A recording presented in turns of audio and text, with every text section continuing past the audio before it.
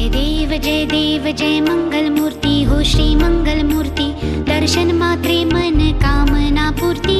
जय देव जय देव जय देव जय देव जय मंगल मूर्ति हो श्री मंगल मूर्ति, दर्शन मात्रे मन कामना पूर्ति। जय देव जय देव। सिंदूर लाल चढ़ायो अपने ही मन का, सुंदर लाल विराज सुत गौरी शिव का। हाथ में है गुड़ लड्डू प्रभु गजानन के, महिमा कहूँ तो कैसे झुकाऊं सिर पद में। जय देव जय देव।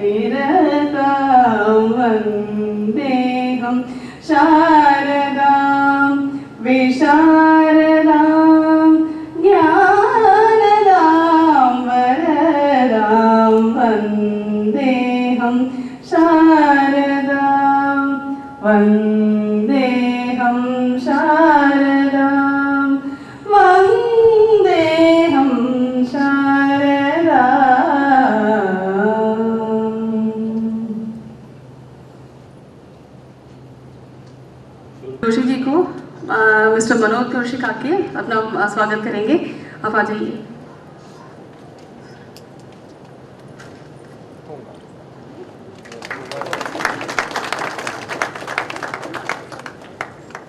एंड अंजलि जी श्री केंद्र आपका स्वागत करें।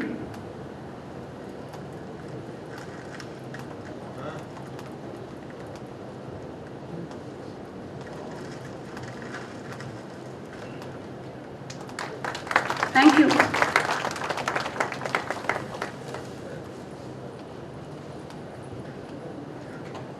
डॉक्टर जोशी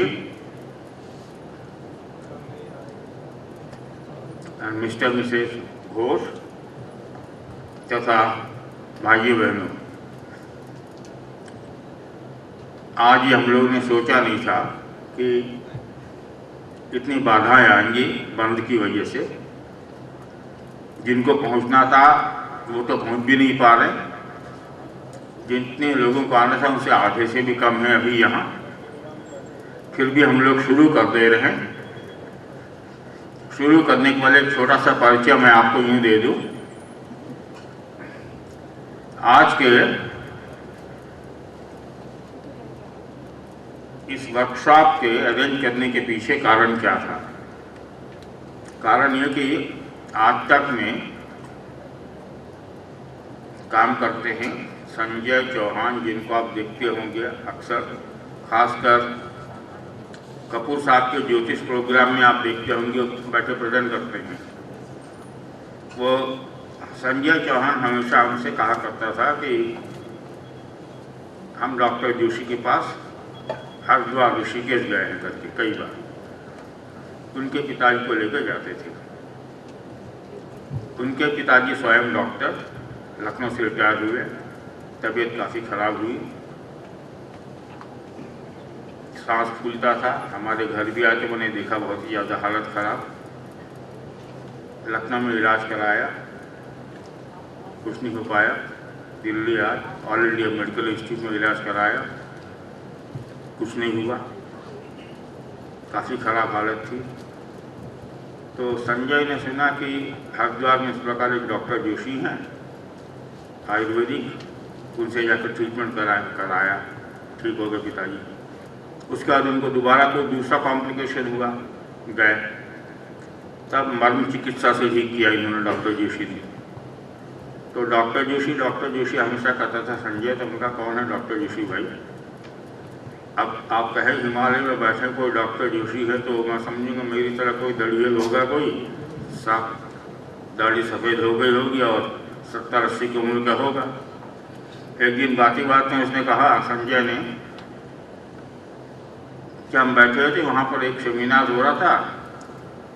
सेमिनार में हमारे पिताजी से उन्होंने पूछा, दिल्ली जाके आप कहाँ जाएंगे? उनका हम तो राव साहब के पास जाएंगे। तो डॉक्टर साहब की श्रीमती जी ने पूछा, कौन राव साहब? परिचय दिया उन्होंने। कहने हम दोनों तो बहुत अच्छी तरह जानते, 80 से जानते लखनऊ में, तो दिल्ली में आया करते थे। तो हमने कहा कौन कहना बताया, नाम मृदुल। तो मैं नहीं जानता डॉक्टर उनसे कब मिले, लेकिन मृदुल मैं 1982-83 से मेरे पास आती थी दिल्ली में। छोटी थी, बहुत खूबसूरत हिंदी लिखती है। और कौन सी मासिका थी?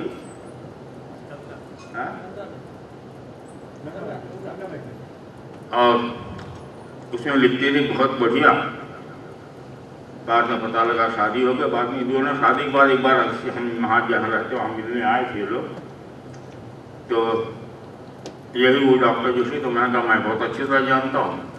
तो इनकी श्रीमती मृदुल ने कहा कि राव साहब अगर वहाँ आए तो हमारे यहाँ ही रहें, वगैरह वगैरह बात के लिखा है। तो मुझे बड़ी खुशी हुई जानकर, यंग है, मिडिल एज में है, और मर्म चिकित्सा से इन्होंने कुछ मिराकुलस क्योर्स किए हैं, यहाँ पे एलोपैथी, होम्योपैथी वगैरह कोई काम नहीं आया। दूसरा एक केस मैं जानता हूँ, लाली जी हैं प्रसार भारती के CEO, उनको हो गया था लिवर सिरोसिस। तो मैंने सुना, उनको फ़ोन किया एक बार, हमने कहा आपने सरकार ट्रीटमेंट लिया डॉक्टर जोशी से? उनका हाँ, और ठीक हो गया। तो मर्म चिकित्सा क्या है वो तो ये बताएंगे, मुझे बताने का अधिकार नहीं है, मेरे पास कोई मेडिकल नॉलेज नहीं है।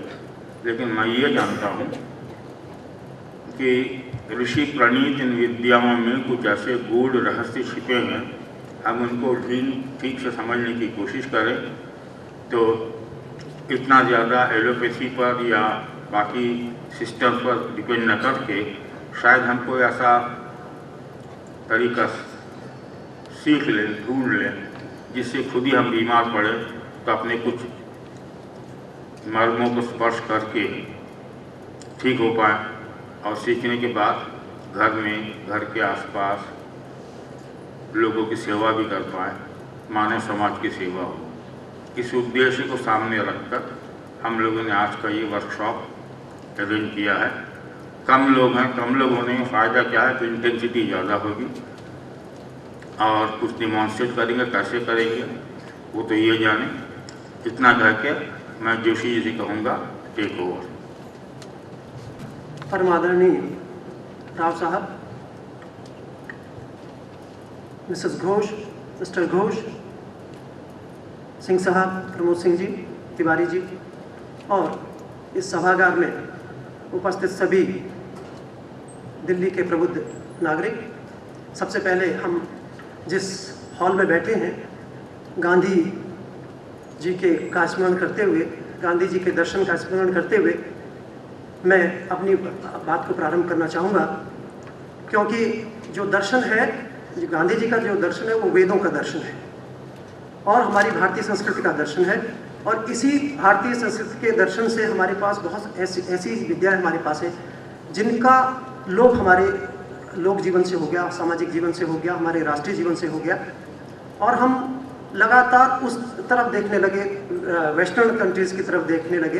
हम अमेरिका इंग्लैंड की तरफ देखने लगे और हम अपनी चीज़ों को भूल गए, अपनी संस्कृति को, अपने ज्ञान को, अपने वेदों के ज्ञान को भूल गए और उससे हमें फ़ायदा नहीं हुआ। हमें बहुत सारी चीज़ों में हम इतने पिछड़ गए कि जिससे कि हमारा नैतिक, सांस्कृतिक, चारित्रिक पतन ही हुआ है, उससे उत्थान कुछ नहीं हुआ। ऐसे ही अभी एक बहन हमारी यहाँ पे वंदना गा रही थी माँ शारदा की, और उस पर उन्होंने कहा था कि परात्पर ज्ञान की बात कही थी कि हम ये उससे कामना करते हैं कि परात्पर ज्ञान। तो ये परात्पर ज्ञान क्या है, वो उसमें मेडिकल नॉलेज भी थी, उसमें हमारी स्पिरिचुअल नॉलेज भी थी और सारी चीज़ें हमारे लोक जीवन से, हमारे लोक व्यवहार से, हमारी दैनिक जीवन से जुड़ी हुई थी। आप लोग देखते हैं कि हम लोग जब भी कोई कार्य करते हैं, कोई पूजा का कार्य करते हैं, तो उसमें नित्य रूप से मर्म चिकित्सा का कार्य होता है, मर्म का स्पर्श करते हैं। जितने भी करन्यास होता है, क्योंकि मेरे सारे प्रेजेंटेशन मेरे पास हैं, जैसे ही मेरा लैपटॉप और ये स्क्रीन आ जाएगा तो हम लोग विषय पे आएंगे। उससे पहले मैं कुछ भूमिका इस मर्म चिकित्सा से संबंधित आपको बताना चाहूँगा। ये जो भी परात्पर ज्ञान था वो इस ढंग से समाहित था हमारे लोक जीवन में, हमारे दैनिक जीवन में, कि उसकी कल्पना भी करना हम लोग समझते हैं कि हमारे कल्याण के लिए वो इस ढंग से समाहित कर दिए गए थे। जैसे हम लोग पूजा करते हैं तो तिलक लगाते हैं, तिलक लगाने का अपना महत्व था। हम लोग नमाज पढ़ते हैं तो नमाज पढ़ने का, हमको बैठते हैं तो बैठने का एक महत्व है कि एक पोस्चर है वो, उसमें हम कैसे बैठते हैं। सत्संग करते समय हम तालियां बजाते हैं तो उसका एक महत्व है। हम लोग को योग प्राणायाम करते हैं तो उसका एक महत्व है। और वो सब सारी की सारी चीज़ें ये हमारे शरीर के विभिन्न भागों से संबंधित हैं, जो कि हमारे विभिन्न स्पिरिचुअल, मॉर्टल और इमॉर्टल गेन्स के लिए हमारे से जुड़ी हुई है। मॉर्टल गेन्स का मतलब है जो हमारी भौतिक चीज़ें हैं, हम जिनसे प्राप्त कर सकते हैं, उसमें एक स्वास्थ्य भी एक चीज़ है। तो स्वास्थ्य की परिभाषा जब हम लोग करते हैं तो स्वास्थ्य की परिभाषा को हम ये मानते हैं कि शारीरिक और मानसिक और उसके साथ साथ आध्यात्मिक जो स्वास्थ्य है, जब वो तीनों तरह का स्वास्थ्य हमारे पास होता है तब हम उस व्यक्ति को स्वस्थ कहते हैं। उसको कहते हैं स्वस्थ से स्वास्थ्य रक्षणम आतुरस्य विकार प्रशमनम। हमारा दो तरह का उद्देश्य होता है कि स्वस्थ व्यक्ति के स्वास्थ्य की रक्षा करना, और यदि कोई बीमार हो जाए तो उसके बीमारी को हम कैसे दूर कर सकते हैं, ये सबसे बड़ा एक प्रश्न हमारे सामने होता है। आज हमारे देश में लगभग 1 अरब से ज़्यादा लोग रहते हैं।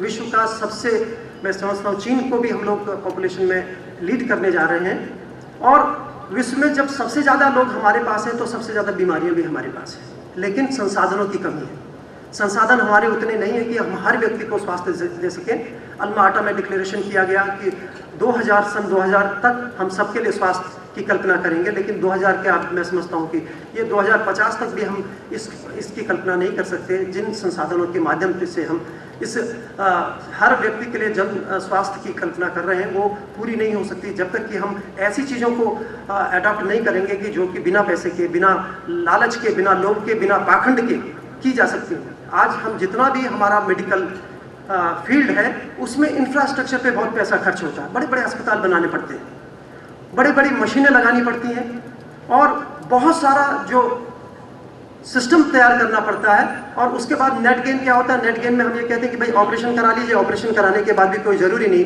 कि आपको उस बीमारी से छुटकारा मिल जाए, कोई गारंटी नहीं है, किसी बात की कोई गारंटी नहीं।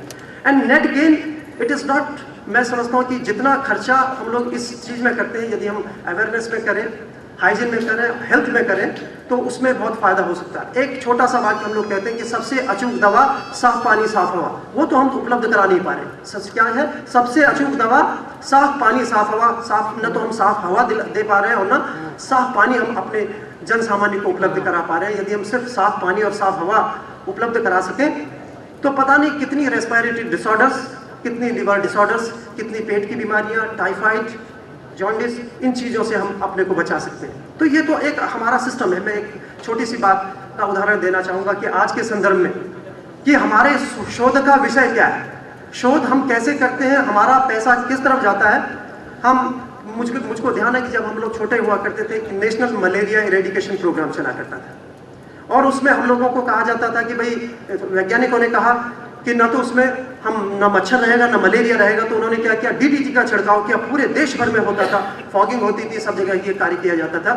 लेकिन जब 10-20 साल हो गए और उसके बाद फिर भी मलेरिया रहा, मच्छर खत्म नहीं कर सके, तो उन्होंने अपना मोटिव चेंज किया और कहा कि भाई मच्छर तो रहेगा लेकिन मलेरिया नहीं रहेगा। तो उसके लिए उन्होंने एक दूसरी हाइपोथेसिस रखी कि भाई हम एक क्लोरोक्विन खिलाएंगे, सल्फाडॉक्सिन खिलाएंगे, और जो प्लाज्मोडियम का जो हीमोपैरासाइट है उसको हम यदि हर किसी को खिला देंगे तो वो खत्म हो जाएगा। मच्छर काटेगा भी तो क्या करेगा, वो कैसे उसको ट्रांसमिट करेगा। तो दूसरा कैंपेन उन्होंने चलाया कि भाई हम क्लोरोक्विन बांटे। बचपन में हमें वो भी याद है कि स्कूल में आते थे और हर बच्चे को गोली खिलाई जाती थी कि भाई हर किसी को गोली खिलाई जाती है, जैसे आज हम पोलियो की दवाइयाँ बांटते हैं। लेकिन ये क्रम भी चलता रहा वर्षों तक, लेकिन फिर भी हमने देखा कि मलेरिया रहा, मच्छर रहा, लेकिन उसके साथ और कुछ चीज़ें होने लगी, डेंगू हो गया और बहुत सारी ऐसी बीमारियां होने लगी जिसकी वजह से हमारे लोग और जल्दी से बीमार होने लगे और मौत के मुंह में जाने लगे। फिर उन्होंने अपना उसको बदला और कहा कि भाई मलेरिया भी तो रहेगा, लेकिन मलेरिया भी रहेगा, मच्छर भी रहेगा, लेकिन आदमी नहीं रहेगा। क्यों नहीं रहेगा? क्योंकि जो DDT है ये आज मदर मिल्क में आ गई है। DDT जो है वो हमारी फूड चेन में आ गई है, और इससे जो म्यूटेशन हो रहा है, जेनेटिक म्यूटेशन हो रहा है, पता नहीं कितना कैंसर, कितनी बीमारियां इन दवाइयों के उपयोग से हो रही। तो ऐसे, और आज आप देखते होंगे कि चाहे NDMC की तरफ से, चाहे हमारे स्वास्थ्य विभाग की तरफ से, कि आपको क्या है, पूरा स्किन के कपड़े पहनने, मच्छरदानी लगानी है, अपने आसपास पानी इकट्ठा नहीं होने देना है, मच्छर की कॉइल लगानी है और मच्छर भगाने वाला तेल इस्तेमाल करना। ये चीज़ तो हम हजारों साल पहले से इस्तेमाल करते आ रहे हैं। जब तक ये प्रोग्राम शुरू हुआ था तब से आज हमारी स्थिति लौट के बुद्धू घर को आई जैसी है, और आज भी हम वहीं पे खड़े हैं जहां हम पहले खड़े थे। और यदि हम इसी चीज़ को हमें पहले भी करना था कि मच्छरदानी लगानी थी, तो बीच के इस एक्सरसाइज की जरूरत क्या थी, अरबों खरबों डॉलर्स को खर्च करने की क्या जरूरत थी। और वो DDT जैसी चीज़ों को मदर मिल्क में, बच्चा जब पैदा होता है तो क्या करते हैं, स्वर्ण कराते हैं कि शहद में मिला के हम सोने को घिस के उसको चटाते हैं। लेकिन आज जब हमारा बच्चा जो पैदा होता है वो सबसे पहले क्या पीता है, मदर मिल्क पीता है, तो उसमें वो DDT लेता है। तो कितनी बड़ी विडंबना है ऐसे शोध की जिसके पीछे हम लोग पागल हैं, और ये सारी की सारी चीज़ें बाहर से हम लोगों को गाइड की जाती हैं कि भाई आपको ऐसा करना, ये आप ये प्रोग्राम चलाना, अब ये प्रोग्राम चलाना, अब ये प्रोग्राम चलाना।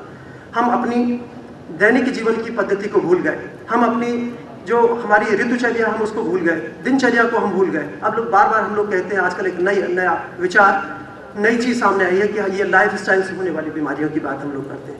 ये लाइफ स्टाइल से बीमारी क्यों होती है? देखिए, हम लोग बार बार लोगों से कहते हैं कि हम घर से कुर्सी और दिमाग से कुर्सी हटा दें तो हम स्वस्थ रह सकते हैं। घर से कुर्सी हटाने का मतलब क्या है? यदि हमारे घर में कुर्सियाँ और ऊपर हर सरफेस की चीज़ें ना हो, हम उठेंगे बैठेंगे। आज हम लोगों के पास 18 साल का बच्चा आता है, उसको घुटनों में दर्द होता है, घुटनों से चल नहीं सकता। 20 साल का बच्चा आता है, उसके घुटनों में दर्द होता है। जबकि ये बीमारी 60 साल से पहले कभी हुआ करती थी, और हम नहीं समझते कि बूढ़े लोगों में कभी हमने पैरों की तकलीफ हमारे बुजुर्गों में कभी रही हो। आज क्यों हो रही? क्योंकि हम लोग दिन भर कुर्सियों में बैठते हैं, कभी नीचे बैठने का कोई काम नहीं होता। एक स्पेसिफिक एक्सरसाइज होती है, और जो कि स्पेसिफिक जो होनी चाहिए वो एक्सरसाइज नहीं होती। ये तो है हमारे घर से कुर्सी निकालने की बात। दूसरा, हमारे दिमाग में कितना बड़ा टेंशन है। आज यदि हम MBA किया है तो मेरा एम्बिशन कुछ और है, मैं डॉक्टर हूँ तो मेरा कुछ एम्बिशन कुछ और है, नेता है तो उसका एम्बिशन कुछ और है। हर समय हमारे दिमाग में एक कुर्सी घुसी हुई है। तो दिमाग से कुर्सी और घर से कुर्सी निकालने पर हम स्वस्थ रह सकते हैं, सबसे बड़ी बात है। छोटी छोटी चीज़ें हैं जो लाइफ स्टाइल से जुड़ी हुई चीज़ें। इसी ढंग से हम जब मर्म चिकित्सा की बात करते हैं तो मर्म चिकित्सा के विषय में हम लोगों ने जब बात करनी शुरू की आज से 5 साल पहले, ये 20 साल से हम लोग इस कार्य को कर रहे हैं मर्म चिकित्सा का, लेकिन 5 साल से हम लोगों ने इस बात को कहना शुरू किया, इसको लोगों को बताना शुरू किया। और जो हमारे अनुभव थे, हजारों रोगियों पे जो हमारे अनुभव थे, हम लोगों ने सोचा कि ये इतना सरल उपाय है, इसको हर किसी को बताना चाहिए। ये हम लोगों का प्रयास, मैं समझता हूँ कि ऐसा नहीं कि इसमें हमारा कोई कंट्रीब्यूशन है, कोई भी कंट्रीब्यूशन हमारा नहीं। क्यों नहीं है? क्योंकि भगवान ने एक ऐसा सिस्टम हमारे शरीर में लगाया है जो कि इतना ज़्यादा इफेक्टिव है कि जिसकी हम कल्पना नहीं कर सकते। जैसे हम अपने अंदर बैठे हुए भगवान को नहीं पहचान सकते, ऐसे पावर ऑफ सेल्फ हीलिंग को भी नहीं पहचान सकते। हम लोग सोचते हैं कि ऑपरेशन हो जाए, हम लोग सोचते हैं कि कोई ऐसी दवाई मिल जाए जिससे हमारा दर्द ठीक हो जाए।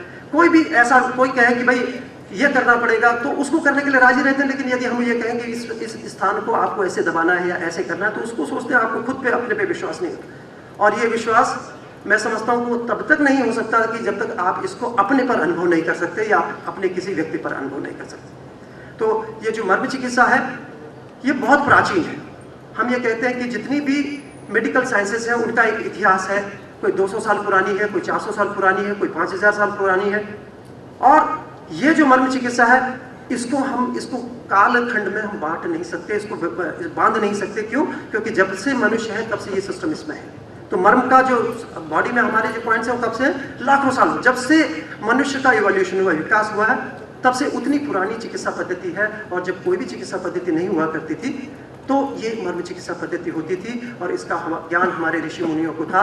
और इसके माध्यम से वो क्या करते थे, जिनका लाइफ स्टाइल ऐसा है, जो लोक चिंतन में रहते हैं, जो समाधि में रहते हैं, उनको न तो योग प्राणायाम का समय है, ना वो जॉगिंग कर सकते हैं, ना आज वो स्थिति हमारे सामान्य आदमी की, जो सुबह से दिल्ली का व्यक्ति जो सुबह 7 बजे से निकलता है और रात को 10 बजे घर पे पहुंचता है, उसको ना तो योग का समय है, ना प्राणायाम का समय है, ना वो कोई एक्सरसाइज कर सकता है। तो उसके लिए क्या है, 2 मिनट की मर्म चिकित्सा बहुत ज़रूरी होती है। और वो 2 मिनट की मर्म चिकित्सा के माध्यम से वो वही परिणामों को प्राप्त कर सकता है जो आधा घंटे 1 घंटे के योग प्राणायाम से मिल सकता है या कोई भी एक्सरसाइज से मिल सकता है। एक लोग कहते हैं कि भाई आप देखते हैं कि रोज़ सुबह योग के कई प्रोग्राम आते हैं, कोई एक्सरसाइजेस के प्रोग्राम आते हैं। हमारे देश में या विश्व भर में लगभग 30 करोड़ व्यक्ति प्रत्यक्ष और अप्रत्यक्ष रूप से योग करते हैं, लेकिन बाकी के लोग क्या करते हैं, बाकी के लोग कुछ नहीं करते। मैं नहीं समझता कि कोई एक्सरसाइज करते हैं। लेकिन यदि हम इस चिकित्सा पद्धति को लोगों को बताएं तो 2 मिनट को कोई भी अपने लिए निकाल सकता है। आज के संदर्भ में भी चाहे हम लोग कितने भी व्यस्त हों, लेकिन रोगों से बचने के लिए हम 2 मिनट का समय निकाल सकते हैं। और उस पद्धति को हम लोगों ने डिवाइड किया है सेल्फ मर्मा थेरेपी और एक मर्मा थेरेपी में। मर्मा थेरेपी हम उसको कहते हैं, मर्म चिकित्सा उसको कहते हैं कि जो व्यक्ति किसी दूसरे का इलाज कर सकता है, किसी को कोई पोलियो है, किसी को कोई और तकलीफ है, कमर में दर्द है, किसी के पेट में दर्द है, डायबिटीज़ है, यदि हम एक चिकित्सक के रूप में उसको चिकित्सा करते हैं तो मर्म चिकित्सा कहलाती है।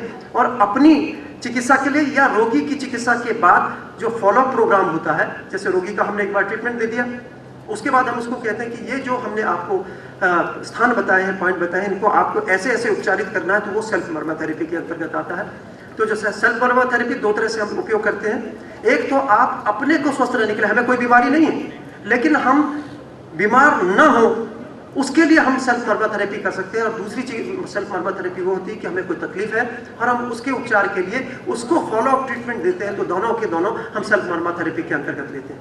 तो वो आज विशेष रूप से हमारा स्ट्रेस, क्योंकि मैं समझता हूँ कि ये हमारा सौभाग्य है कि आप लोग इतनी बड़ी संख्या में क्यों करो, आपके हिसाब से संख्या कम हो सकती है, लेकिन हम लोग 5-5 आदमियों को, एक आदमी को तैयार करने की कोशिश करते हैं और चाहते हैं कि हमारे जो हाथ हैं वो हजारों लाखों की संख्या में एक से दूसरे की ओर बढ़े और वो डिवोटेड लोग हों। देखिए, ये जो मेडिकल साइंस है, जो मर्म चिकित्सा की बात है, ये पैसे कमाने का माध्यम नहीं है, बिल्कुल भी पैसे कमाने का माध्यम नहीं, न ये किसी पाखंड का माध्यम है।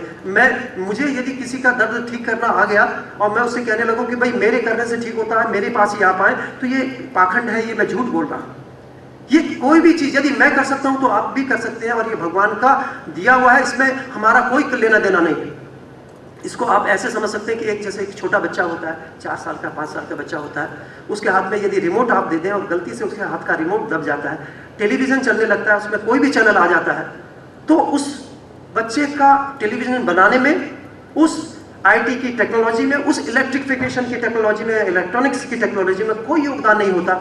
ऐसा ही मैं अपने को अनुभव करता हूं कि हमारा इसमें कोई योगदान नहीं, क्योंकि the system is made by the God. भगवान ने ये सिस्टम बनाया है, इसको ठीक है हम लोग इसको थोड़ा जान पाए। मुझे इस कमरे में जब मैं आया तो मुझे ये पता नहीं था कि भाई एसी का कौन सा बटन है, इस पंखे का कौन सा बटन है, लेकिन हमारे इंस्पेक्टर साहब बैठे हैं, इनको सब पता था, क्योंकि ये जानते हैं कि यहाँ ये क्योंकि यहाँ रहते हैं, यहाँ के कार्यकर्ता जो लोग हैं उनको पता है कि कौन सा सिस्टम कहाँ से काम करता है।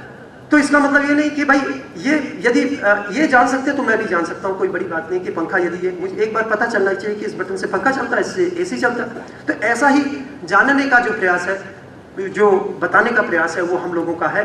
हम लोग किसी को कोई ना तो विज्ञान सिखाने आए हैं, ना कोई नई चीज़ बताने आए हैं, सिर्फ हमें जो चीज़ दिखाई दी है हम उसको दिखाने आए हैं। इन्हीं शब्दों के साथ मैं अपनी बात यहीं पे प्रस्तावना के रूप में समाप्त करता हूं, और यदि प्रबंध हो गया हो स्क्रीन का तो मैं चाहूँगा कि हम अपने प्रेजेंटेशन की तरफ बढ़ें। जानने की इच्छा है तो निश्चित रूप से हम लोग अपने लक्ष्य को प्राप्त करने में सहायक होंगे। तो जैसे योग और प्राणायाम की हम लोग बात करते हैं, तो योग और प्राणायाम से इधर मैं कुछ बातें करना चाहूँगा। यहाँ इतने लोग बैठे हैं, हर आदमी का अलग अलग पोस्चर है। कोई हाथ में हाथ ऐसे डाल के बैठा है, किसी ने अभी हमारे सामने की सीट पे बैठे उन्होंने हाथ को ऐसे रखा है, कोई यदि थक जाता है तो किसी ने हाथ को ऐसे रखा है, इंस्पेक्टर साहब बैठे तो उन्होंने हाथों को ऐसे रखा है, उनके बगल में बैठे तो उन्होंने हाथों को क्रॉस करके रखा। तो these are the human postures. इसका मतलब क्या है, यदि हम इसको समझ जाएं तो हमारी बहुत सारी शंकाओं का, हमारी बहुत सारी बीमारियों का इलाज अपने आप हो जाता है। इसको हम ह्यूमन पोस्चर करते हैं कि हम यदि कुत्ता बिल्ली बनने के लिए तो राजी रहते हैं, सांप का पोज बना रहे हैं, कुत्ते का पोज बना रहे हैं, शेर का पोज बना रहे हैं, लेकिन कभी हमने जस्ट भी मतलब हम लोगों ने कभी कंसीडर किया ही नहीं कि what are the human postures. तो तो यदि ह्यूमन पोस्चर्स की बात करें, जैसे अभी ये बैठे हैं, हाथों को ऐसे रखा है, यदि हम हाथों को ऐसे रखा है तो, और यदि इसी को इनको पता होता कि यदि हम हाथों को ऐसे रखा है तो हमें निश्चित रूप से एक यहाँ पे 2 पॉइंट है, इनको दबाने की जरूरत है, और यदि हम इसको दबा लेते हैं तो बहुत सारी चीज़ों में फायदा होता है, और खास करके रेस्पिरेटरी डिसऑर्डर्स में, हार्ट के डिसऑर्डर्स में। तो ये हम लोग रख रहे हैं, ऐसे नहीं रख रहे हैं। भगवान ने कहा कि यदि हम हाथ को ऐसे रखें, जाने अनजाने में आपका फायदा है, और यदि हमें पता चल जाता है, देखिए यदि मैं आपसे राव साहब से को यदि मैं जानता नहीं और मैं वैसे कभी मिलता तो मिलता जरूर इनसे, लेकिन मुझे वो अनुभूति नहीं होती कि मेरी मुलाकात राव साहब से हुई है या आप लोगों से हुई है।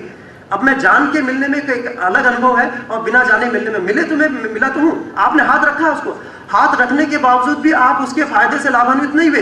क्यों लाभान्वित नहीं हुए? क्योंकि उसको आपको पता नहीं था कि भाई आप क्यों इसको हाथ को रख ले, लेकिन जब आपको पता चल जाएगा कि ये फायदा है तो उसको आप उस ढंग से उसको करने लगेंगे। तो यही बात समझाने का उद्देश्य हमारा। ह्यूमन पोस्चर्स की बात हम लोग सबसे पहले करते हैं, मेरे राइटअप में ये सारी चीज़ें नहीं, क्योंकि ये हम लोग अलग से बताते हैं। सबसे पहले हम ह्यूमन पोस्चर की बात करते हैं, the position of baby in the mother's uterus. सबसे पहला पोज कौन सा होता है? यदि हम सुबह के समय उठे, बिस्तर पे उठते हैं और हम अपने को सिकोड़ के यदि ऐसे करें, जैसे यूट्रस का पोज, बच्चे का पोज आप लोग देखते हैं, तो उसको यदि हम घुटनों को मोड़ के पेट में लगा लें, हाथों को ऐसे सिकोड़ लें, थोड़ी देर ऐसे रखें और फिर हाथ को, फिर पैरों को सीधा कर लें, तो सबसे बढ़िया हमारे एनर्जी का, दिन भर की ऊर्जा के प्राप्त करने के लिए ये गर्भाशय का पोज जो है ये बहुत सबसे बढ़िया महत्वपूर्ण होता है। दूसरा पोज होता है जो हम जब माँ के शरीर से निकलते हैं तो उस समय हमारी कौन सी पोजीशन होती है? वो ह्यूमन पोस्चर्स की शुरुआत वहाँ से होती है। और यदि हम उन पोस्चर का कुछ अभ्यास करने की जरूरत नहीं, उसमें ज्यादा करने की भी जरूरत नहीं। जैसे आपने देखा होगा बिल्ली ऊपर क्या कहते हैं, छलांग मारने से पहले एक लंबा सा शरीर को स्ट्रेच करती है। वो ज्यादा नहीं करती, 10, 20, 25 बार नहीं करती वो कि एक्सरसाइज कर रही हो, एक्सरसाइज नहीं, वो सिर्फ एक बार करती है, और उस एक बार करने में वो समस्त ऊर्जा का संचार अपने शरीर में कर लेती है, क्योंकि वो बिल्ली का पोज है, बिल्ली वाले पोज। वो कुत्ते वाला पोज ट्राई नहीं करती कभी। वो ये नहीं सोचती कि मैं आदमी की तरह बैठूं तो शायद मुझे ज्यादा ताकत है, वो उसको भी कोशिश नहीं करती। वो सिर्फ अपने पोस्चर्स की बात करती है। शेर अपने पोस्चर की बात करता है, कुत्ता अपने पोस्चर की बात करता है, बिल्ली अपने पोस्चर की बात करती है, जबकि मनुष्य इन सारे पोस्चर्स की बात करता है और उनसे ताकत लेने की कोशिश करता है, जबकि वो अपने पोस्चर्स को भूल जाता है कि हो सकता है कि मेरे पोस्चर में ज्यादा जान हो, मेरे पोस्चर्स में मैं उससे ज्यादा एनर्जी गेन कर सकता हूँ। तो अभी हाथ को हमने ऐसे रख लिया, और यदि आप इस हाथ को करके देख लीजिए, जब भी आपको थकावट होती है तो हम हाथ को ऐसे कर लेते हैं, और जब हम हाथ को ऐसे कर लेते हैं, इसको आप रख लिया आपने गलती से, भगवान की क्या कहते हैं प्रेरणा हुई, आपने हाथ को ऐसे रख लिया या किसी वजह से रख लिया, तो आप तुरंत आप जाग जाइए कि हाँ आपको इसको दबाने की आवश्यकता है। 10-20 बार इसको कर लीजिए और उसका प्रभाव आप देख लीजिए। आपने हाथ ऐसे रखा तो इसको दबा लीजिए। हम लोग थक जाते हैं, थकने के बाद हम कमर पे हाथ रख लेते हैं। इसको हमको कभी इसको हम लेते नहीं कि भाई आसानी से थक जाते तो ऐसे रख लेते। तो जहाँ पे हमारा अंगूठा आता है उसको यदि हम दबा लें तो हमें कमर की कभी कोई बीमारी नहीं होगी। ये महत्वपूर्ण है। आप लोगों ने देखा होगा साईं बाबा का पोज है। साईं बाबा बैठते हैं, क्रॉस लेग में बैठते हैं, एक पैर ऊपर रखते हैं, दूसरा पैर लटका हुआ होता है और हाथ उनका पंजे के पास रखा हुआ होता है। वो मैं अभी बताऊंगा कि वो सबसे महत्वपूर्ण पॉइंट है। और दूसरा पॉइंट जहां पे हम पैर के ऊपर पैर रखते हैं तो वहां पे भी एक पॉइंट है जो घुटने से अपने आप दबता है। तो ईश्वर क्या कहते हैं, भगवान कहते हैं कि आप कैसे भी अपने शरीर को रखें तो उससे आपका 5% फायदा होगा, 10% फायदा, लेकिन यदि आप जानते हैं तो उससे आप 100% उसका लाभ उठा सकते हैं। तो ये ह्यूमन पोस्चर्स के कुछ हमने ह्यूमन पोस्चर्स की बात की।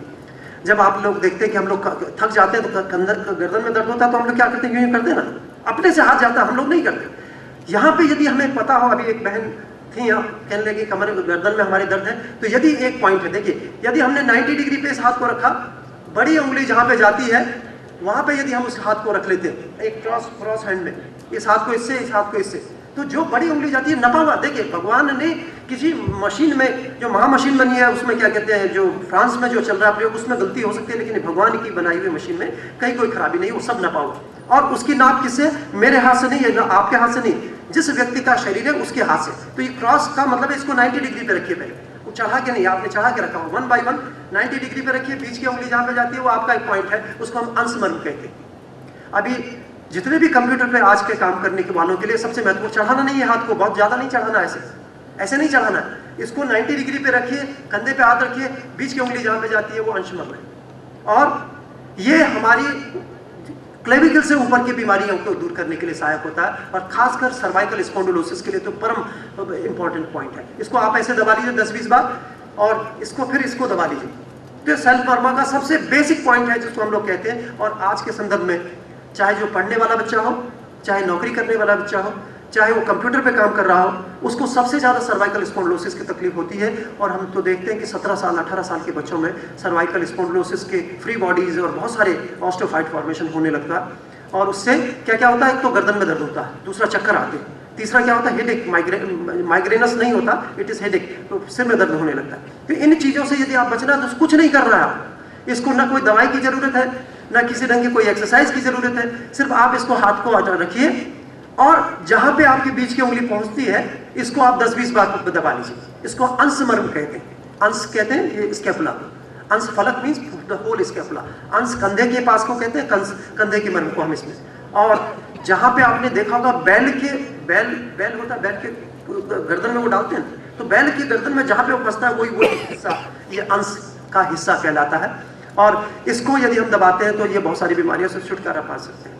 दूसरी चीज़, अभी एक बहन ने हमसे पूछा कि दिमाग को, हमारी मेमोरी को कैसे हम बढ़ा सकते हैं, आँखों की तकलीफ को कैसे कम कर सकते हैं। दूसरी सबसे बड़ी प्रॉब्लम हमारी आँखों की तकलीफ होती है। ये कहा जाता है कि या तो सबसे दूर की चीज़ को देखने से या सबसे पास की चीज़ को देखने से आंखें खराब होती हैं। या तो हम बहुत दूर की चीज़ों को बहुत फोकस करें, जो बहुत दूर का ऑब्जेक्ट है उस पर फोकस करें, या बहुत नियर ऑब्जेक्ट है उस पर फोकस करें, तो हमारी आंखें खराब होती हैं। तो छोटी चीज़ों को देखने का आजकल काम है, कंप्यूटर पे सबसे ज़्यादा हम लोगों को काम करना पड़ता है, उससे हमारी आंखें खराब होती हैं। और आंखें खराब होने के साथ साथ सिर दर्द की तकलीफ होती है। तो उसके लिए एक बहुत छोटा सा क्या कहते हैं पॉइंट है, वो यहाँ पे आप देखें, एक गड्ढा है बना हुआ है, सबको बना हुआ है और उसका साइज भी बना हुआ है। देखिए ये जो टेक्निक है वो लॉक एंड की टेक्निक है, हर ताले की अलग चाबी भगवान ने बनाई है, यानी कि आप एक चाबी से हर ताला खोलते हैं, पॉसिबल नहीं। तो उस परमपिता परमात्मा का धन्यवाद करना चाहते हैं और देखते हैं कि कितनी कृपा उसने हम लोगों पे की है कि यदि बीमारियां बाद में होंगी उससे पहले उसका साधन संसाधन, उसको दूर करने का साधन हमारे शरीर में उसने दिया है। तो ये हम करते हैं। इसे इंडेक्स फिंगर, यदि हम इंडेक्स फिंगर देखें तो हमारे गड्ढा इंडेक्स फिंगर के बराबर होता है। इस मेजरमेंट को बताने से पहले मैं एक दो चीज़ें और बताना चाहूँगा। जैसे ये आप यूँ दबाएंगे, क्योंकि आपने देखा होगा कि हम लोग कभी बाजार में जुराब खरीदने जाते हैं, हर लोग जाता है अपना जुराब खरीदने, और खासकर ये बच्चों के जुराब खरीदने में थोड़ी सी दिक्कत होती है। तो जो दुकानदार होता है वो क्या करता है, बच्चे की मुट्ठी को पकड़ता है और उस पर जुराब को खोल के लपेटता है। तो हाथ से पैर का नाप, इसका मतलब जो ये पेरीफेरी है हाथ की मुट्ठी की पेरीफेरी, वो उसके सोल की लेंथ होती है। एक और उदाहरण मैं आपको देना चाहूँगा। आज से 30-40 साल पहले जब ये बर्थ सर्टिफिकेट का रजिस्ट्रेशन नहीं होता था, बर्थ रजिस्ट्रेशन नहीं किया जाता था, कोई नहीं होता, बच्चे चले जाते थे कि भाई इसको एडमिशन देना है, तो मास्टर जी क्या करते थे, मास्टर जी कहते थे बच्चे से कि कान को ऐसे पकड़िए। जो बच्चे कान को ऐसे पकड़ सकते थे उनको एक तरफ, जो नहीं पकड़ सकते थे उसको दूसरी तरफ, जो नहीं पकड़ सकते थे उनसे कहते थे अगले साल आना, और जो कान को पकड़ लेते थे उनका एडमिशन हो जाता था। तो इसका मतलब क्या था, जो 5 साल से बड़ा बच्चा है वो कान को ऐसे पकड़ सकता है एनाटॉमिकली, उसको इसकी लेंथ इतनी होती है कि हम हेड को क्रॉस करके कान को होल्ड कर सकते हैं। तो ये मेजरमेंट है। हमारी आंख का परिमाप 2.5 अंगुल के बराबर होता है। हम यदि अंगूठे के जो सर्कमफेरेंस है उसको ये करें तो आंख की लंबाई होती है।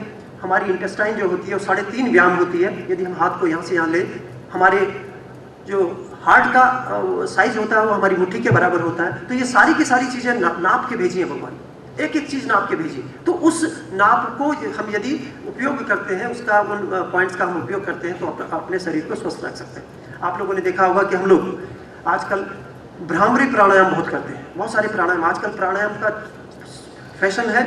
और एक तरह से, क्योंकि एक मैं चिकित्सक भी हूँ, शल्य चिकित्सक हूँ, अस्पताल में, सरकारी अस्पताल में कार्यरत भी हूँ मैं, हमारे गवर्नर हैं उनका मैं पर्सनल चिकित्सक भी हूँ, उनके हस्बैंड हैं उनको भी दिक्कत रहती थी, अब वो काफ़ी ठीक है, मर्म चिकित्सा ले रहे हैं। और बहुत सारी जगह पे मुझे चिकित्सा के लिए जाना पड़ता है। तो हमें लगता है कि बहुत सारे जो प्राणायाम है, योग है, वो बिना जाने जब करते हैं तो उसके कॉम्प्लिकेशंस होते हैं। जैसे एलोपैथिक के कॉम्प्लिकेशंस होते हैं। आजकल क्या है कि कोई भी एंटीबायोटिक हमारा किसी भी दुकान पर मिलता है, कोई भी दवाई हम कभी भी बिना डॉक्टर के, 50 साल पहले हमारे पिताजी को दवाई लिखी थी और उसी दवाई को हम आज भी खाते हैं। पिताजी को दस्त हुए थे तो ये दवाई लिखी थी, तो हम भी आज डॉक्टर के पास नहीं जाते, वही दवाई लेके खा लेते हैं। तो उससे जो कॉम्प्लिकेशंस होते हैं, जो उससे साइड इफेक्ट होते हैं, ऐसे ही साइड इफेक्ट आज हमारे योग और प्राणायाम से हो रहे हैं, क्योंकि हम उसको बिना जाने करते हैं। कोई भी चीज़ यूनिफॉर्म नहीं होती। हमारे पूरे विश्व में यदि हम कहें कि भाई प्रत्येक व्यक्ति का जो थंब इम्प्रेशन है वो अलग होता है, एक भी मिलता नहीं, पूरे यदि हम अरबों की संख्या में है तो भी भगवान ने उसका अलग थंब इम्प्रेशन दिया है, तो क्या कोई चीज़ यूनिवर्सल हो सकती है कि हर एक चीज़ सबको, एक चावल हम सबको खिलाएं, दाल हम सबको खिलाएं, सबको एक तरह की चीज़ खिलाएं, तो ये पॉसिबल नहीं। तो इसी ढंग से योग और प्राणायाम की बात भी है। योग और प्राणायाम भी सबको सब चीज़ का नहीं करना चाहिए, जिसका जो इंडिकेशन है उसको। जैसे हम लोगों को यदि पीठ की तकलीफ है तो हमें फॉरवर्ड बेंडिंग की एक्सरसाइजेस नहीं करनी, और हम देख रहे हैं कि हम फॉरवर्ड भी कर रहे हैं, बैकवर्ड भी कर रहे हैं, फिर क्या कहते हैं ये योग प्राणायाम से कुछ नहीं होता। क्यों नहीं होता? क्योंकि हम उसका ज्यूडिशियस यूज़ नहीं कर रहे हैं, हम उसका वैधानिक उपयोग नहीं कर रहे हैं, हम उसका सही उपयोग नहीं कर रहे हैं। और वो सही उपयोग कब होगा? जब हम उसके विषय में जानेंगे कि हाँ ये चीज़ होती है, ये इसमें चीज़ फायदा। तो थोड़ा ज्ञान, जो बेसिक नॉलेज है वो जरूरी होती है, इसीलिए हम मर्म चिकित्सा से पहले बेसिक नॉलेज की बात करते हैं। एक आपने देखा भ्रामरी प्राणायाम की बात करते हैं। भ्रामरी प्राणायाम कैसे करते हैं? मैं समझता हूँ सारे लोग भारतीय विद्या या भवन के सारे लोग जानते हो कैसे करते हैं। आप करके दिखाएं जरा सा, सब लोग करके दिखाएं। क्यों? Why you have adopted this pose? हम लोग कई बार पूछते हैं कि भाई आप ऐसा क्यों करते हैं, लेकिन इसका कोई उत्तर नहीं। लेकिन जब हम मर्म चिकित्सा के परिप्रेक्ष्य में इसको देखते हैं तो ऐसा लगता है कि ये इतना वैज्ञानिक है कि हम इस अंगूठे से हम कान को पोस्टेरली बंद करते हैं। यहाँ पे एक मर्म है, विदुर मर्म, जो कानों को ठीक करता है, आपकी कानों की बात। इसको दबा के देख लीजिए। यदि आप जैसे किसी साउंड वाली जगह पे चले गए जहाँ बहुत ज़्यादा नॉइज पॉल्यूशन, आप दिल्ली की सड़कों से निकल जाइए और उसके बाद घर जाके इसको कान को ऐसे ऐसे दबा लीजिए 50 बार, कान जो बंद कान है वो खुल जाएंगे तुरंत। तो आपकी जो कान के सुनने की क्षमता है वो विदुर मर्म पे निर्भर करती है। यहाँ पे एक विदुर मर्म होता है, उसको क्या है, उसको किससे खोल सकते हैं? उसका उस ताले की चाबी हमारे अंगूठी के बराबर। उसको आप यदि इसको बंद करेंगे तो ये कान इससे से बंद होगा। यदि हम अंगूठे से बंद करना, उंगली से बंद करना चाहेंगे तो पूरा बंद नहीं होगा, और जब हम कान को अंगूठे से बंद करेंगे तो पूरा पोस्टीरियरली बंद होगा। तो कान को अंदर से बंद नहीं करना। अब आप लोग भ्रामरी करेंगे तो कैसे करेंगे? जैसे जो वैज्ञानिक रूप है उसको करेंगे। तो कान को बंद ऐसे नहीं करना है, कान को कैसे करना? बंद पोस्टीरियरली बंद करना, पीछे से बंद करना। ये पॉइंट वो पॉइंट है जो मास्टर जी कान उमेठा करते थे, तो जो लगता था पॉइंट वो मेमोरी के लिए भी फायदा करता है। ठीक है, पहले मास्टर जी कान उमेठते थे, याद नहीं होता तो क्या करते थे? कान उमेठते थे। ये बात है। दूसरी उंगली जो हमने बताया कि ये यहाँ पे अपांग मर्म है, दूसरी कौन इससे खुलता है? वो इस वाली उंगली से खुलता है। ठीक है, ये इस वाली उंगली से खुलता है। तीसरा पॉइंट क्या है? ये जब जिसको हम कहते हैं नेत्र त्रय, पूजा करते हैं तो नेत्र त्रय की बात करते हैं। तीसरा नेत्र जो भगवान शिव का था उस नेत्र त्रय की बात करते हैं। यहाँ पे स्थापनी मर्म होता है।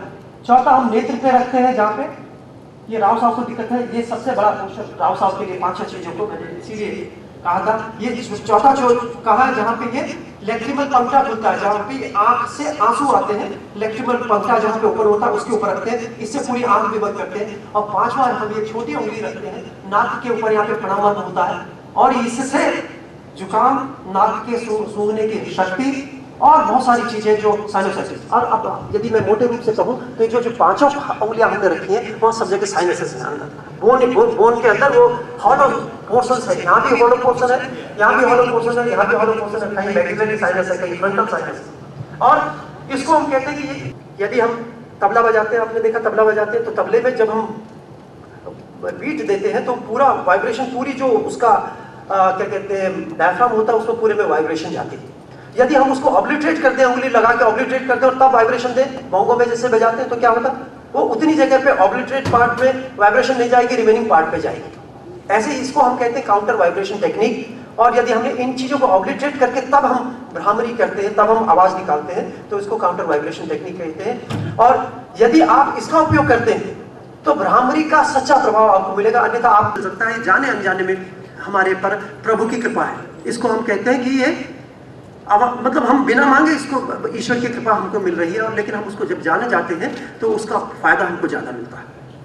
ये हमने आपको ऊपर की चीज़ों की बात बताई। यदि हमें ऊपर की डिजीजेस को ट्रीट करना तो 5 पॉइंट्स को इसको ट्रीट करना है। एक पॉइंट कौन सा है? ये इसको ट्रीट करना है। एक और बात मैं आपको बताना चाहूँगा, गर्दन में एक मर्म होता है, यहाँ पे एटलांटो एक्सियल जॉइंट होता है, यहाँ पे पीछे सबसे पीछे, जिसको नाना पाटेकर कहते हैं कि यहाँ छोटा दिमाग होता है। कहते हैं ना पिक्चर में, कौन सी पिक्चर में कहा यहाँ छोटा दिमाग होता है।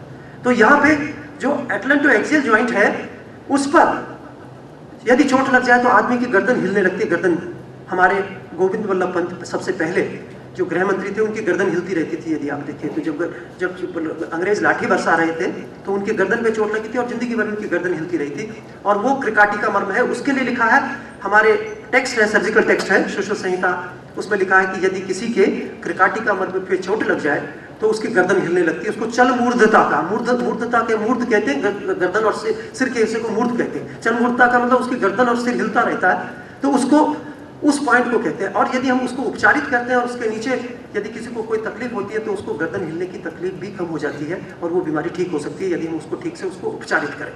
तो ये ऐसे ऐसे पॉइंट हैं जिनको हम यदि जान जाए, बड़ा छोटा सा काम है, ऐसा नहीं है, लेकिन इसको यदि हम असावधानी पूर्वक करते हैं तो ये बड़ा खतरनाक होता है। अब ये कैसे खतरनाक होता है इसके विषय में मैं आपको बताना चाहूंगा। भगवान श्री कृष्ण के पैर में तीर लगा था। भगवान श्री कृष्ण के पैर में तीर लगा था। कहते हैं कि वो पिछले जन्म का उनका श्राप था कि उन्होंने बाली को छिपकर तीर मारा था द्वापर में राम के रूप में, तो त्रेता में उनको उनके पैर में बहेलिए का तीर लगा था। ठीक, तो पैर में तीर लगने से किसी की मृत्यु हो सकती है? नहीं हो सकती, पैर कट जाता है, कुछ नहीं होता। लेकिन 4 पॉइंट ऐसे जिसको तल हृदय मर्म कहते हैं। तल हृदय उसका नाम है कि हमारे तल में हृदय का जो काम करता है, हृदय को जो गवर्न करता है, ऐसा पॉइंट है। यदि हम उसको चोट लगाते हैं तो निश्चित रूप से चोट लगती है। आप, ये हमारे इंस्पेक्टर साहब बैठे हैं, ये सबसे अच्छी तरह से जानते हैं कि यदि किसी अपराधी का अपराध कबूल कराना होता है तो पैरों में मारते हैं, बीच में पैरों पे मारा जाता है, उसके बीच में, और वो स्थान होता है वो तल हृदय मर्म का। बहुत अच्छी तरह से जानते हैं। हमने बहुत सारे लोगों से पूछा भाई यहीं क्यों मारते हो? कहने लगे इस चीज यहाँ पे जरा सी भी छोटी सी चोट लगती है तो बहुत दिमाग में दुख करती है। अभी थोड़े दिनों के पहले का मेरा भी अनुभव है कि एक रोगी के हमने प्लास्टर किया, पैर में प्लास्टर किया, उसको फ्रैक्चर था तो प्लास्टर किया। प्लास्टर करने के साथ साथ उनको थोड़ी सी कॉटन ज्यादा उस जगह पे उन्होंने खुजाया होगा, ऊपर से डंडी डाल के खुजाते हैं लोग। प्लास्टर जब होता है आपको खुजाई लगती है तो क्या करते हैं, छोटी सी डंडी लेते हैं, लकड़ी लेते हैं, उसे खुजाते हैं। लकड़ी लेके जब खुजाने लगे तो वो जो कॉटन थी वो एक्यूमुलेट हो गई एट द जस्ट मर्म, जो तल हृदय मर्म है पैर का ऊपर, उसके बाद वो बेचैन हो गया। रात को मेरे पास पहुंचे कि डॉक्टर साहब ये आपने परसों प्लास्टर किया था और ऐसे ऐसे आज मुझे बहुत चुभ रहा है, बहुत तकलीफ हो रही है, मैं बिल्कुल तड़फ रहा हूँ।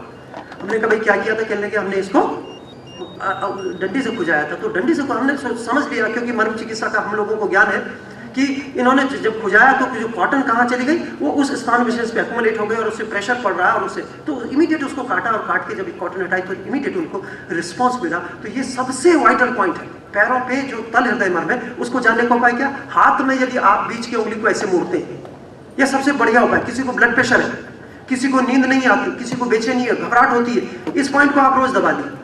और जो सुर्ती खाते हैं वो लोग इसी पॉइंट को दबाते हैं। अब मैंने देखा जो सुर्ती खाते हैं, सुर्ती खाने के बावजूद भी उनकी उम्र लंबी होती, क्यों होती है? क्योंकि सुर्ती तो खाते हैं, गलत आदत है, लेकिन इस पॉइंट को रोज दबाते रहते हैं, घिसते रहते हैं। ठीक है, सुर्ती नहीं खानी चाहिए, सुर्ती ना खाएं और इस पॉइंट को दबाते रहे तो वो उनकी उम्र और ज्यादा हो तो उसको तल हृदय मर्म कहते हैं। और आप लोगों ने देखा होगा कि जब कोई क्या कहते हैं, कोई व्यक्ति बेहोश हो जाता है तो क्या करते हैं? कभी आप लोगों ने देखा किसी को बेहोश हो गया या किसी को कमजोरी महसूस हो तो क्या करते हैं? उसके हाथ पैरों को मलते हैं। तो हाथ पैरों को क्यों मलते हैं? हम लोग बार बार पूछते हैं कि हाथ पैरों को मलने का क्या उद्देश्य है? तो लोग कहते हैं कि भाई इससे उसका ब्लड सर्कुलेशन बढ़ता है। तो वो हमारी समझ से परे की बात। इतने हिस्से को मलने से ब्लड सर्कुलेशन कैसे बढ़ेगा? उसका पेट मलिए, पीठ मलिए, उसके पैरों को पूरी लेग्स को मलिए तो सर्कुलेशन बढ़ेगा। तो वो क्या है, यहाँ पे तल हृदय मर्म है। लोगों को पता नहीं है, लेकिन ये ट्रेडिशनली चला आ रहा है कि हाथ पैर को मलने से आदमी को फायदा होता है, आदमी को मूर्छा है, यदि कोई बेहोश है तो वो ठीक हो जाता है। लेकिन यदि आपको वो पॉइंट पता चलेगा तो आप उसको मले को नहीं, आप क्या करोगे? आप उसी पॉइंट को दबाओगे और उससे व्यक्ति ठीक होगा। तो इसको आप अपने आसपास इसका उपयोग कर सकते हैं। यदि किसी को ब्लड प्रेशर की तकलीफ है, किसी को एंग्जाइटी है, किसी को पैल्पिटेशन है, किसी को कोई चीज़ याद नहीं होती, किसी को दिमाग में परेशानी रहती है, तो इस पॉइंट को रोज नियमित रूप से सुबह शाम आपको 10-10, 15-15 बार इसको करना चाहिए। सबसे बढ़िया पॉइंट आपने देखा होगा कि जीसस क्राइस्ट को फांसी पे नहीं लटकाया गया था, उनको क्या किया गया था? हाथ और पैरों पे इन स्थान पे कील गाड़ दी गई थी, और उस कील गाड़ने से ये कहते हैं कि भाई उनका शरीर खत्म हो गया था। तो जैसे भगवान श्री कृष्ण के पैर में तीर लगा, रावण की नाभि में तीर लगा, ये मर्म स्थान है। तो इन मर्म स्थानों की ये विशेष महत्ता है। और एक उदाहरण मैं आप लोगों को और देना चाहूंगा कि भीष्म पितामह 6 महीने तक सरसैया पे रहे, 6 महीने तक वो तीरों के बेड पे रहे, लेकिन वो मरे नहीं। क्यों नहीं मरे? ये कहा जाता है कि यदि किसी व्यक्ति का सारा शरीर घायल हो जाए लेकिन उसके मर्म सुरक्षित रहे, मर्म स्थानों पे चोट न लगे, तो वो मरता नहीं। ऐसे जो वाइटल पॉइंट्स हैं उनको प्रोटेक्ट करना हम लोगों का सबसे बड़ा महत्व, सबसे बड़ा कर्तव्य होता है। ये वाइटल पॉइंट्स बहुत महत्वपूर्ण है, इसलिए इसका जो चिकित्सा का जो रिजल्टेंट है वो बहुत तेज है। 30 सेकंड में इसका रिस्पांस मिलता है। डायबिटीज ठीक हो जाती है, 1 हफ्ते में डायबिटीज ठीक होने लगती है। और मरीज कहता है कि कौन कहता है कि डायबिटीज ठीक नहीं हो सकती, डायबिटीज ठीक हो जाती है। ब्लड प्रेशर हम लोग एक सीटिंग में इसको कंट्रोल करते हैं। इसको हम कहते हैं कि pre emergency management. Emergency management से पहले जो हम मैनेजमेंट कर सकते हैं वो मर्म चिकित्सा है। कैसे मर्म चिकित्सा? हम मरीज का ब्लड प्रेशर 210 हो गया है, उसको जब तक हम अस्पताल तक ले जाएंगे, सबलिंगुअल दवाई देंगे, कोई इंजेक्शन लगाएंगे, उससे पहले यदि कुछ हो जाए तो कैसे मैनेज करेंगे, उससे पहले आप इस पॉइंट को दबा दीजिए और उससे स्टेबल हो जाएगा तो फिर आप जो चाहे ट्रीटमेंट कीजिए ना कीजिए वो निर्भर नहीं करता। तो इसमें कोई ऐसी बहुत महत्वपूर्ण बात नहीं है। लेकिन यदि आप इसको प्राथमिक उपचार के तौर पे बिना औषधि के इसको चिकित्सा कर लेते हैं तो उसका बहुत हम कई जीवन हम इसको बचा सकते हैं। कई बार हम हार्ट पेशेंट्स को, ब्लड प्रेशर के से लिवर जो दिमाग के स्ट्रोक को हम बचा सकते हैं सिर्फ छोटे छोटे उपायों से। और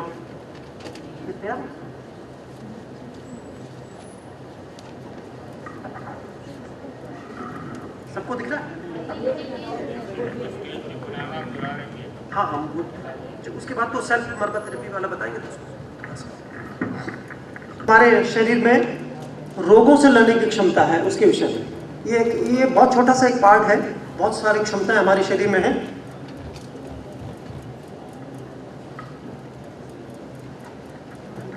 नेक्स्ट, उनको कहते हैं कि ये माता का स्वरूप है, ये पिता के स्वरूप में है। कुछ लोग कहते हैं ये अर्धनारीश्वर स्वरूप है, नेगेटिव एनर्जी है, पॉजिटिव एनर्जी है। ये कैसा भी स्वरूप हो, लेकिन ये जो ईश्वर है, चाहे वो किसी धर्म से संबंधित हो, ईश्वर का कोई धर्म नहीं होता, धर्म हम लोगों का होता है, मजहब हम लोगों के होते हैं, ईश्वर का कोई मजहब नहीं होता। और वो हमें माता और पिता दोनों की तरह से प्यार करता है। माता की तरह से वो हमारी पालना करता है, पिता की तरह से वो ताड़ना करता है। और हमें कहीं भी गलत, यदि हम लोग किसी गलत उसमें बीमारी हो, गलत संगत हो, तो उसमें हमसे हमारी रक्षा करता है। तो हमने लिखा है कि वेदर गॉड इज शी और he, God loves us like mother and father. और God has provided all things to us which are necessary for our existence and also provided many powers of mortal and immortal gains। हमारे शरीर में ऐसी ऐसी ताकतें हैं, ऐसी ऐसी क्षमता है। जैसे आप लोगों ने देखा होगा कि हमारी चोट लगती है, 7 दिन में खुद भर जाती है, उसके लिए हमें कोई प्रयास नहीं करना पड़ता। हमें ऑक्सीजन हमें वैसे ही मिलती है, हमें सांस लेने की तकलीफ होती है, पानी हमें उपलब्ध है, हमारी सारी चीज़ों का ध्यान ईश्वर रखता है। ऐसे ही बहुत सारी पावर्स हैं जो हमारे पास इनहेरिटेड है। And power of self healing is one of them by which we can keep ourselves fit physically, mentally and spiritually। बार बार हम लोग फिजिकल, मेंटल और स्पिरिचुअली, कोई व्यक्ति शारीरिक रूप से स्वस्थ हो सकता है लेकिन वो आत्महत्या कर लेता है। क्यों कर लेता है? क्योंकि वो मानसिक रूप से स्वस्थ नहीं है। वो मानसिक रूप से कोई विकृति हो सकती है। तीसरी चीज़ है स्पिरिचुअली स्वस्थ होना एक बहुत बड़ा जरूरी है। यदि कोई व्यक्ति स्पिरिचुअली स्वस्थ है तो वो समाज के लिए हितकारी हो सकता है, तो नहीं हो सकता। स्वस्थ व्यक्ति है और वो किसी दूसरे व्यक्ति को परेशान करने लगे, वो तो स्वस्थ है। लेकिन किसी दूसरे व्यक्ति को शारीरिक रूप से या मानसिक रूप से प्रताड़ित करे, परेशान करे, तो वो निश्चित रूप से वो स्वस्थ नहीं है, मानसिक रूप से या आध्यात्मिक रूप से वो स्वस्थ नहीं है। इसलिए किसी भी स्वास्थ्य की परिभाषा को हम लोग जब डिफाइन करते हैं तो physical, mental and spiritual health, जब तीनों चीज़ें बैलेंस होती हैं तब हम उस व्यक्ति को स्वस्थ मानते हैं। और ये तीनों चीज़ों की जो क्षमता है वो भगवान ने हमको दी है, नेचर ने हमको दिया। आप उसे किसी भी रूप में स्वीकारें, किसी नाम से पुकारें, लेकिन वो अल्टीमेट एक है और उसकी क्षमता है हर व्यक्ति में समान है। उसमें न हिंदू है, न मुसलमान है, न स्त्री है, न पुरुष है, न बड़ा है, न बच्चा है। सारी की सारी पावर एज इट इज सबको ट्रांसफर की है। जैसे कि जेनेटिक कोड सबका एक जेनेटिक कोड है, एक तरह के, मतलब किसी में जीन्स कम ज़्यादा नहीं होते, वो ऐसे ही सारी की सारी क्षमताएं सब में। नेक्स्ट, अब हम लोग फिर वही कहते हैं कि sorrow and miseryless healthy life is also the outcome of that power. तो क्या होना चाहिए इस जो पावर हमको मिली है उसमें, उससे क्या फायदा होना चाहिए कि हमारे अंदर वो शक्ति है वो कैसे महसूस होनी चाहिए कि हमारे पास ना तो सॉरो होना चाहिए ना मिजरी होनी चाहिए। यदि हमारे पास वो नहीं है तो इसका मतलब हमारे पास वो पावर है। हम कहते हैं कि हम किसी राजा के बेटे हैं और राजा के बेटे और फटे कपड़ों में घूम रहे हैं तो इसका मतलब हम राजा के बेटे नहीं हैं। ठीक, यदि हम कहते हैं कि हम किसी बहुत पढ़े लिखे व्यक्ति के बेटे हैं और कोई हमसे कहे कि भाई यहाँ पे दस्तखत करने और हम अंगूठा लगाएं तो हम पढ़े लिखे व्यक्ति के बेटे नहीं हैं। तो वही क्षमता हमारे पास कहाँ से आएगी कि जब हम सौरभ मिजरीलेस हेल्थी लाइफ हमारे पास होगी, तब हम कहेंगे कि हम उस परम पिता परमात्मा के बेटे हैं, अन्यथा हम नहीं।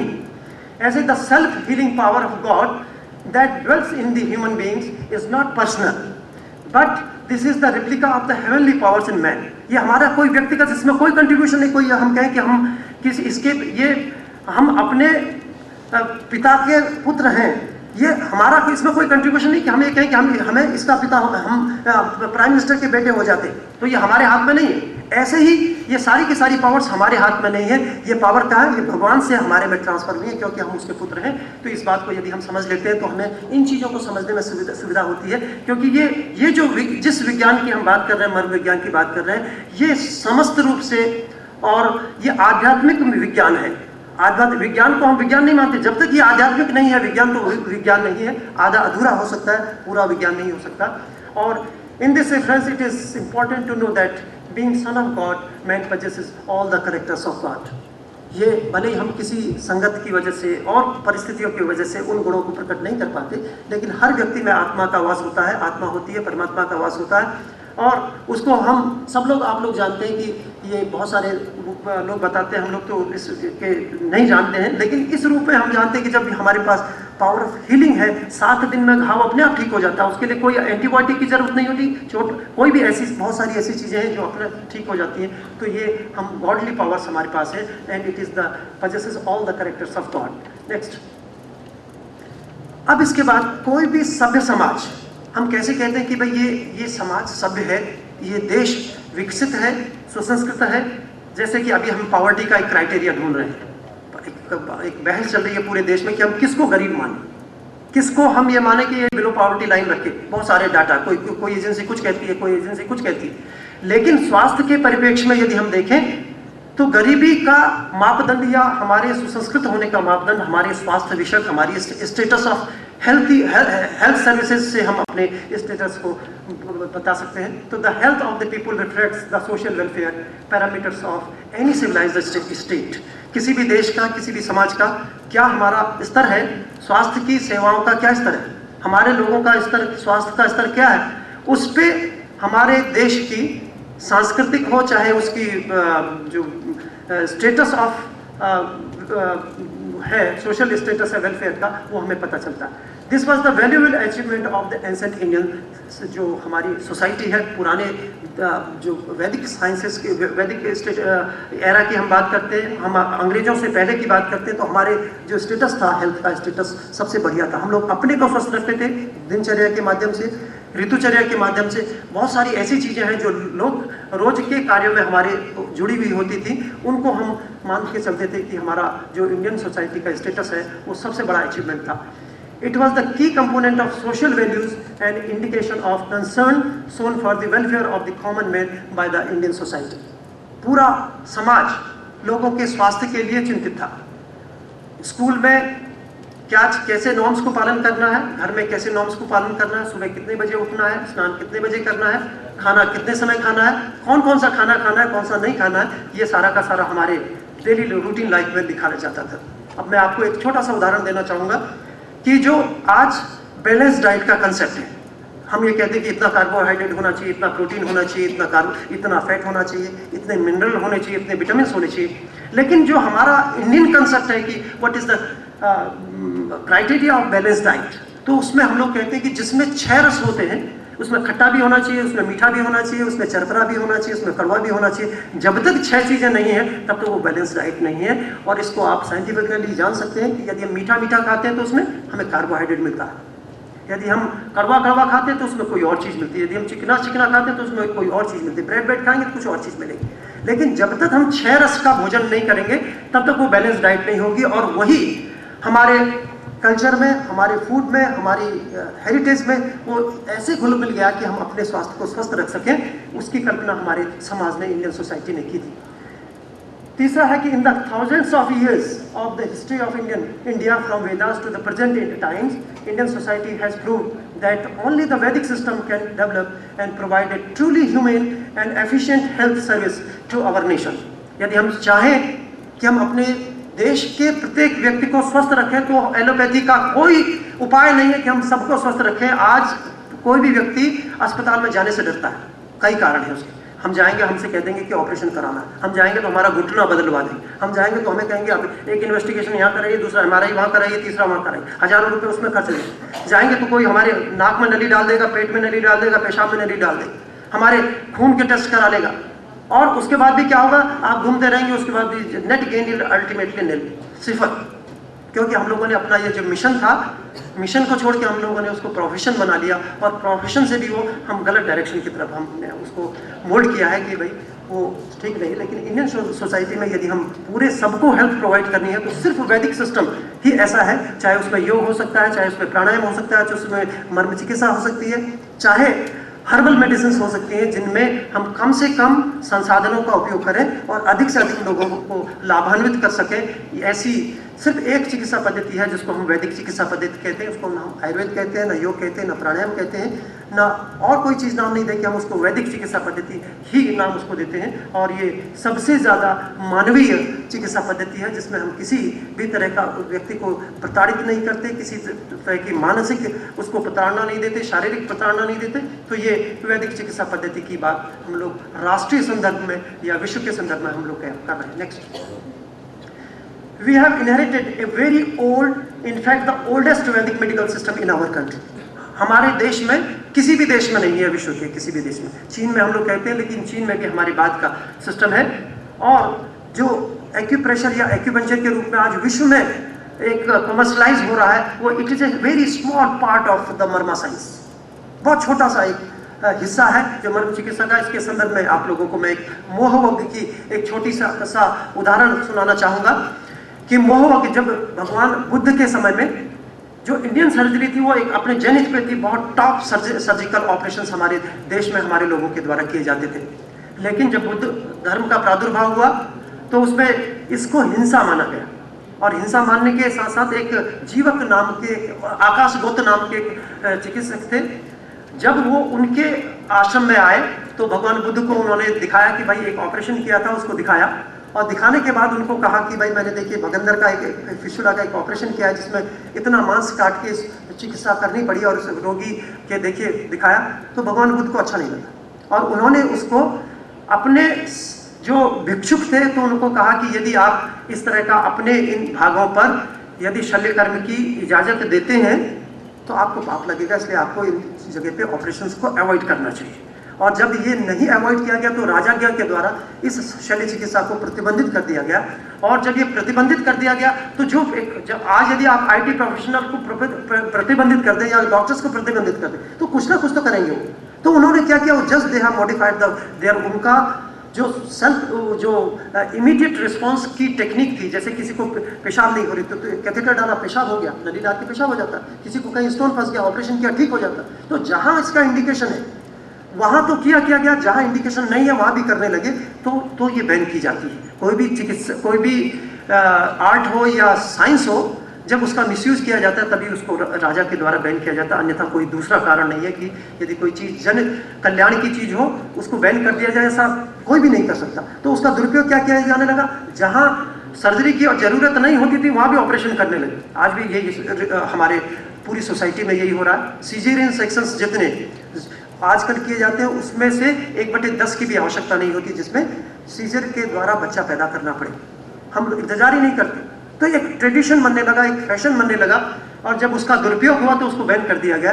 और उस जमाने में ये हमारी जो मर्म चिकित्सा है बुद्ध धर्म के साथ साथ साउथ ईस्ट एशिया में गई, चाइना में गई, और ट्रांसफॉर्मेशन के रूप में ये एक्यूप्रेशर, एक्यूपंक्चर, अनमा, मॉक्सीबस्टन, कैम्फू, सेस्तु जैसी चिकित्सा पद्धति के रूप में हमारे पास वापस आई, और हम उसको ये समझ के कि भाई ये बाहर की चीज़ है और कोई नई चीज़ है उसको स्वीकार करने लगे, जबकि हम अपनी जो मूल, सबका मूल स्रोत है मर्म चिकित्सा, हम उसको भूल गए। अब इसमें जो world history does not show such A viable and existing medical system like India's everywhere else across the globe. किसी भी विश्व के किसी भी हिस्से में ऐसी चिकित्सा पद्धति नहीं है जिसका कोई बहुत बड़ा समृद्ध इतिहास रहा हो, या जो हमें आज पैरेलल सिस्टम के रूप में अवेलेबल होती हो। सब जगह एलोपैथिक चिकित्सा चलती है, उनका कोई ट्रेडिशनल सिस्टम है, वो है तो बहुत थोड़ा छोटा मोटा सिस्टम है, and it is not well developed system. तो therefore further development and expansion of such a viable Vedic medical system is the need of the hour. आज क्या जरूरत है हम लोग उसे कहते हैं कि हम लोग इसको कहते हैं कि मर्म विद्या बहुत गुप्त विद्या थी। नेक्स्ट हम उसमें बताएंगे कि ये गुप्त विद्या थी और किसी को सिखाई नहीं जाती थी। और सिखाई जाती थी तो किसको सिखाई जाती थी? राजा को सिखाई जाती थी, मंत्री को सिखाई जाती थी, या जो योद्धा होते थे, सेनापति होते थे, उनको सिखाई जाती थी। इसके अलावा किसी को नहीं सिखाई जाती थी, क्योंकि इसके दुरुपयोग की संभावना होती थी। क्योंकि ये ऐसे वाइटल पॉइंट्स है, यदि हम इस पे कोई अनप्रेसिडेंटेड इफेक्ट हो सकता है, यदि इन पे कोई चोट लगती है या इसको कोई हम ट्रॉमा देते हैं तो इसको नहीं किया जाना चाहिए, इसलिए इसको सिखाया नहीं जाता। लेकिन आज क्या आवश्यकता आन पड़ी कि हम इसको गली गली भटक रहे हैं कि इसको सीख लो, इसको सीख लो, इसको सीख लो, इसकी क्या ज़रूरत है? आज